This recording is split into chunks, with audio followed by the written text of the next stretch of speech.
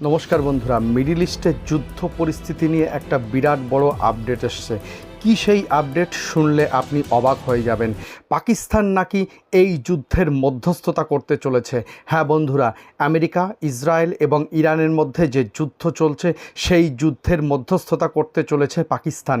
এবং আমেরিকার রাষ্ট্রপতি ডোনাল্ড ট্রাম্প শাহবাজ শরীফের একটি টুইট শেয়ার করেছেন সোশ্যাল মিডিয়ায়। সেখানে পরিষ্কার বলা হয়েছে, Pakistan welcomes and fully supports ongoing efforts to pursue dialogue to end the war in the Middle East in the interest of peace and stability in region and beyond.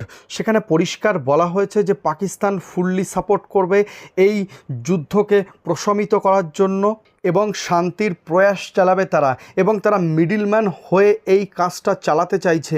এ বিষয়ে new York টাইমসে একটি article প্রকাশ পেয়েছিল। সেখানকার হেডলাইনে পরিষ্কার বলা আছে, Pentagon orders troop deployment as Pakistan offers to host টক্স।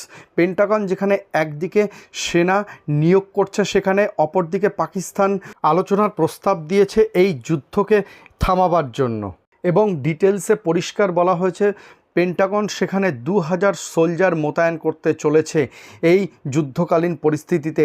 এবং পাকিস্তানের প্রধানমন্ত্রী শাহবাজ শরীফের যে পোস্ট ডোনাল্ড ট্রাম্প সোশ্যাল মিডিয়ায় শেয়ার করেছেন সেটাও এখানে পরিষ্কার করে বলা হয়েছে। এবং অলরেডি 15 দফা দাবি ইরানের কাছে পাঠানো হয়েছে আমেরিকার পক্ষ থেকে।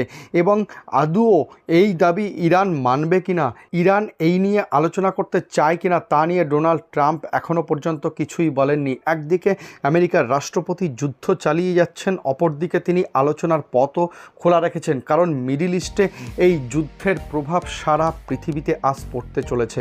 শুধু পড়তে চলেছে নয়, এর প্রভাব দেখাই যাচ্ছে। ভারতও তার ব্যতিক্রম নয়। বিবিসির একটি নিউজ আর্টিকেলে সেম খবর প্রকাশিত হয়েছিল। কিন্তু একটি মজার বিষয় হলো যে বিবিসির এই আর্টিকেল থেকে জানা যাচ্ছে যে ওই 15 দফা দাবির মধ্যে দাবি রয়েছে যে ইরান তার সম্পূর্ণ পারমাণবিক কর্মসূচি থেকে বিরত থাকবে এবং যে পারমাণবিক কর্মসূচির মধ্যে রয়েছে সেগুলি তারা ধ্বংস করবে। আদৌ এই 15 দফা দাবি তারা মানবে কিনা এ নিয়ে সংশয় রয়েছে। কিন্তু বন্ধুরা, আপনাদের মনে প্রশ্ন জাগতে পারে, পাকিস্তান কেন মিডলম্যান হয়ে আলোচনায় বসতে চাইছে, ভারত কেন নয়?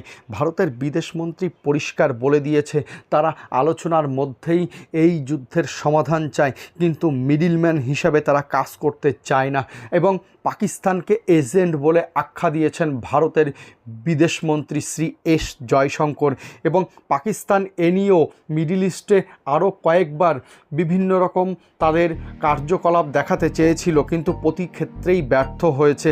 পাকিস্তানকে আসলে সঠিকভাবে বিশ্বাস করা যায় না। কিছুদিন আগেই সৌদি আরবের সঙ্গে তারা ডিল করেছিল যে সৌদি আরবের উপর আক্রমণ মানে পাকিস্তানের উপর আক্রমণ। তারা কিন্তু এই যুদ্ধের উপর যে সৌদি আরবের উপর যে প্রভাব পড়েছে এই যুদ্ধের জন্য, সেক্ষেত্রে তারা কিন্তু কোনো রকম কোনো কমেন্ট করেনি এবং কোনো রকম কোনো মন্তব্য এখনও পর্যন্ত করেনি।